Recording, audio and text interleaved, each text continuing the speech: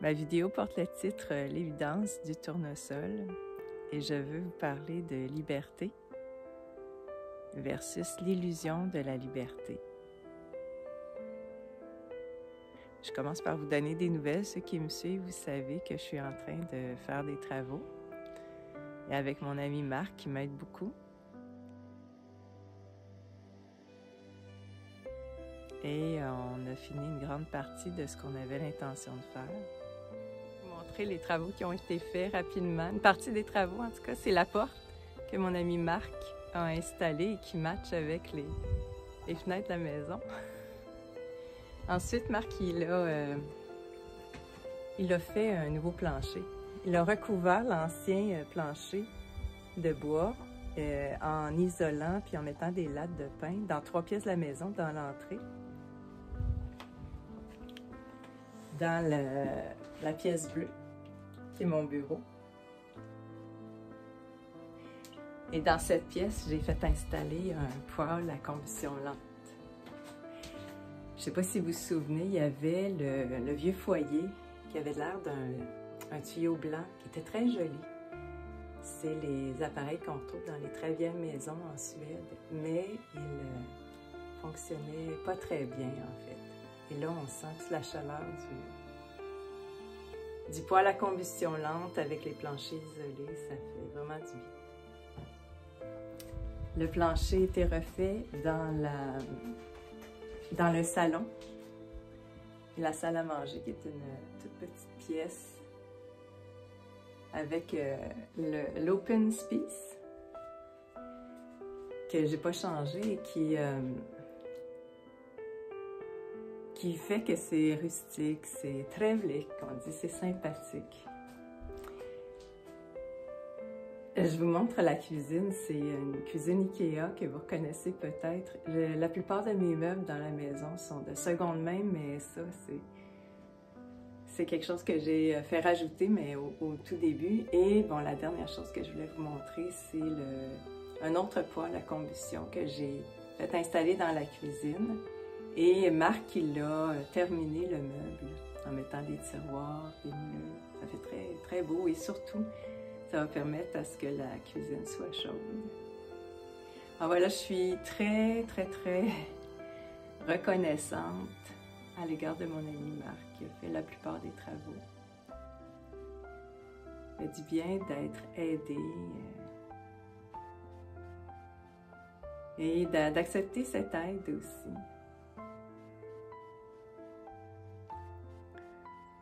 Alors, l'évidence du tournesol, c'est quoi pour moi? C'est à l'automne, le tournesol offre tout plein de graines. Quand on cueille ces graines, ben on est prêt pour la prochaine saison. On peut avoir des germes de tournesol, on peut avoir des fleurs de tournesol, on peut se nourrir, on peut nourrir les oiseaux. Les oiseaux peuvent se nourrir par eux-mêmes. Et ça, simplement ça, nous raconte l'intelligence de la vie,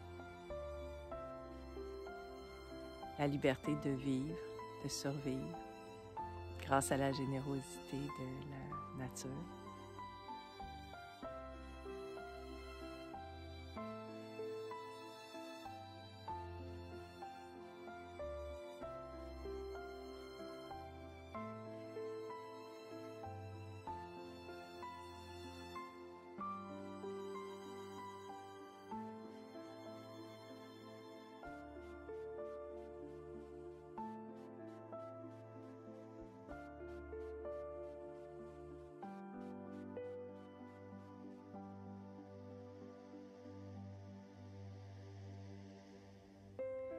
Ces temps-ci, j'ai participé à 2 entretiens, un avec Nathalie Lavoie, et on a parlé, entre autres, de spiritualité, et un autre entretien avec Amélie Paul et Stéphane Hamel. On a parlé de psy-op, opération psychologique. Et dans la section pour les membres, on a parlé de cet argent numérique associé à l'intelligence artificielle, à la robotisation. Et je vais vous parler d'un podcast que j'ai écouté sur ce qu'on appelle ici le système Bolaget. C'est un peu comme la SAQ au Québec, la Société des alcools. Tout ça pour traiter de la liberté versus l'illusion de la liberté.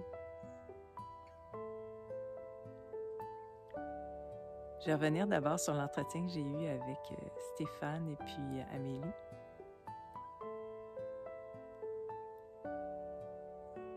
Je réalisais entre autres que depuis les dernières années, grâce aux crises qu'on a vécues, on peut discuter et réfléchir à la fois de façon élevée et approfondie. C'est comme ça que je dirais ça. Donc, on parlait d'opérations psychologiques et entre autres de cette idée qui a été introduite par Stéphane dans la conversation.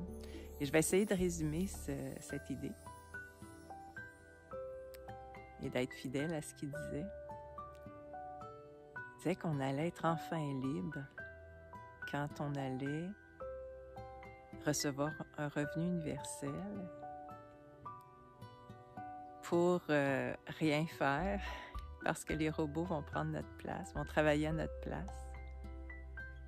Et ce revenu universel va se faire à travers un système qui est un peu en dehors des banques et qui fait qu'on retrouve une forme de liberté, d'une part de ne pas travailler, mais de pouvoir vivre et consommer et faire ce qu'on veut, ce qu'on aime faire.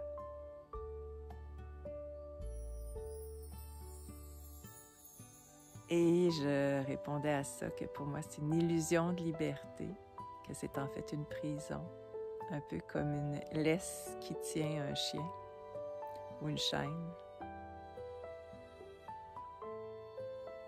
Je réalisais que la liberté, maintenant, mais depuis toujours en fait, depuis toujours quand ces systèmes ont commencé à être implantés dans les sociétés, le terme liberté est associé au terme sécurité et protection.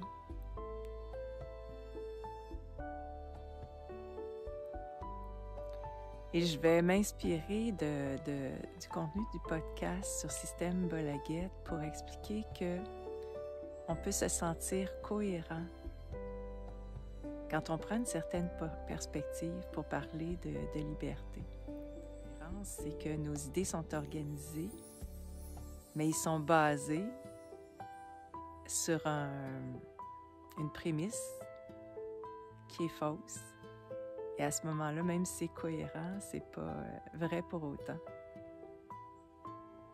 Système Bolaget s'était implanté en Suède après la période où les gens étaient à la fois libres et responsables de leur vie, c'est-à-dire qu'ils cueillaient, chassaient, faisaient de l'agriculture et produisaient de l'alcool pour eux-mêmes. Donc, il y avait la liberté de vivre, la responsabilité aussi de cette vie, de leur propre vie. Et puis, peu à peu, les entreprises se sont appropriées de la production et la vente de l'alcool, puis c'est devenu une affaire d'État, comme c'est maintenant. Il y a eu de plus en plus de lois, des lois restrictives, et les gens acceptent et se soumettent à ces lois-là, comme cette laisse au bout de laquelle il y a un chien, en disant que c'est grâce à ces lois qu'on se sent protégé, en sécurité, par rapport à la consommation d'alcool. C'est cohérent. Et critiquer ces lois, on est vu comme un mauvais citoyen, même comme une personne insensée. Mais mon point de vue, ça demeure que c'est une illusion de liberté. Et ben là, je suis dans la nature et je reviens à cette évidence du tournesol pour vous parler de liberté. C'est à l'automne de sa vie qu'il donne, qu'il est si généreux, un peu comme à l'automne au Québec, il y a tellement de belles couleurs.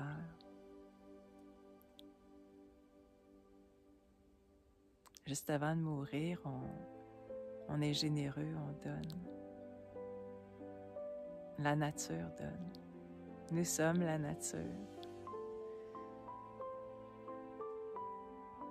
Quand j'observe un tournesol,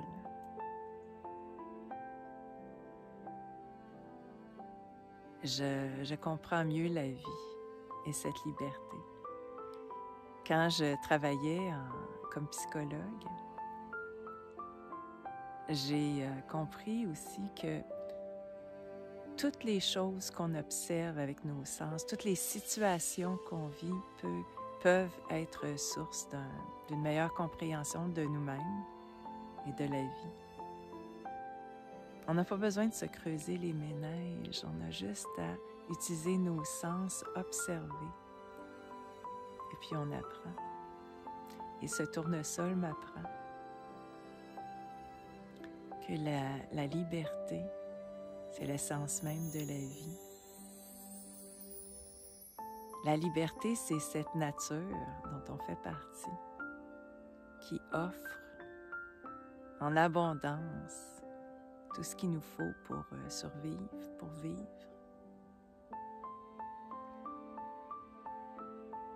Les oiseaux, les animaux sauvages le savent. La végétation le sait. Est-ce qu'on l'aurait oublié?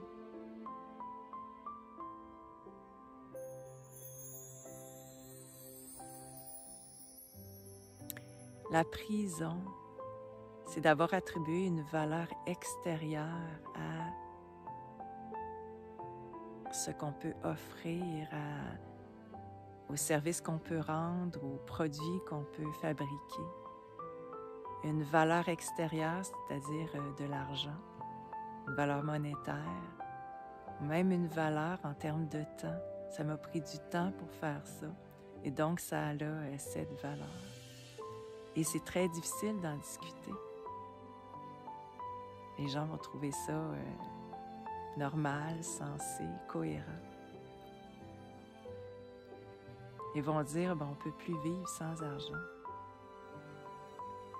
C'est une perspective.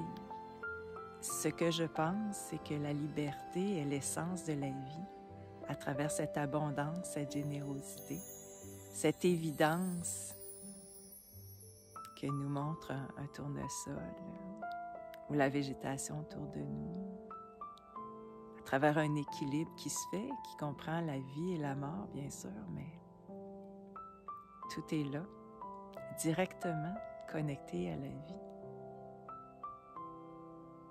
Alors il y a cette liberté pour moi et l'illusion de la liberté enfermée dans une prison qui est de plus en plus étroite avec toutes ces lois qui sont imposées.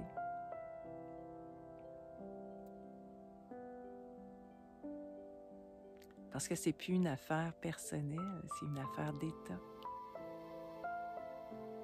Tout est devenu une affaire d'État, la justice, l'éducation,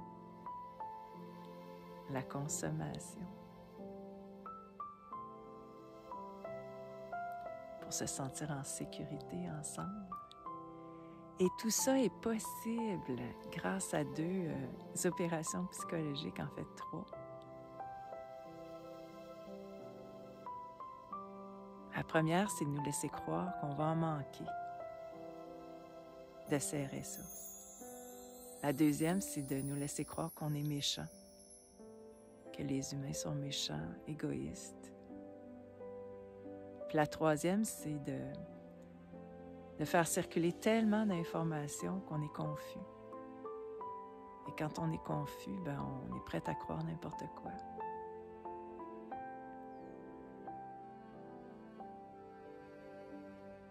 qui est insensé, c'est que des individus possèdent les ressources de la nature qui nous permettent de survivre.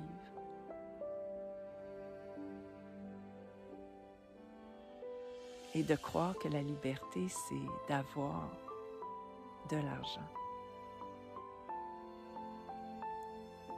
Encore une fois, c'est difficile d'en discuter parce qu'on a pris la perspective du système lui-même. Et dans ce sens-là, quand on regarde les choses, ben oui, la liberté, c'est d'avoir de l'argent pour survivre. Mais enfermé dans ce système, on ne voit plus que la liberté, elle nous est offerte comme ces graines d'un tournesol.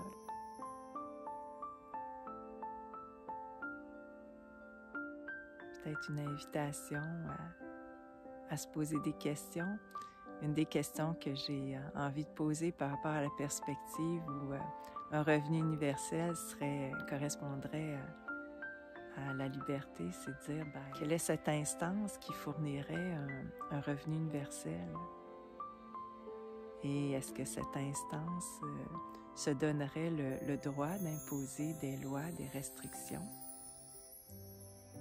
à nous qui recevraient ce revenu universel?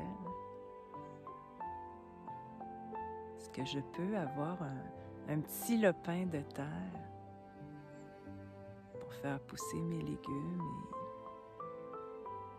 et vivre et être heureuse en échangeant avec les gens qui, par nature, sont bienveillants dans cette vie qui est intelligente, si intelligente. C'est ça pour moi, l'évidence du tournesol, c'est cette intelligence de la vie.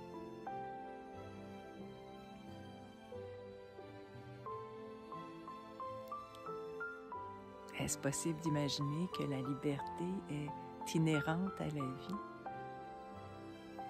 Grâce et à travers cette générosité, ces ressources qui nous sont offertes.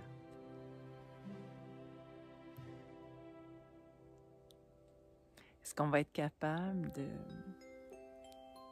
remettre en question les systèmes et cette idée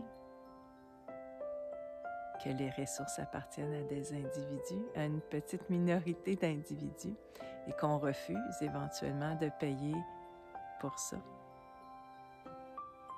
de subir l'inflation, d'être enfermé dans la prison de l'argent? Est-ce qu'on va dire non à ce revenu universel? Qu'on va s'affranchir vraiment? Quand va-t-on croire en nous, en l'humanité, en la nature, en l'intelligence de la vie? Quand est-ce qu'on va faire le choix de la vie, le choix de nous?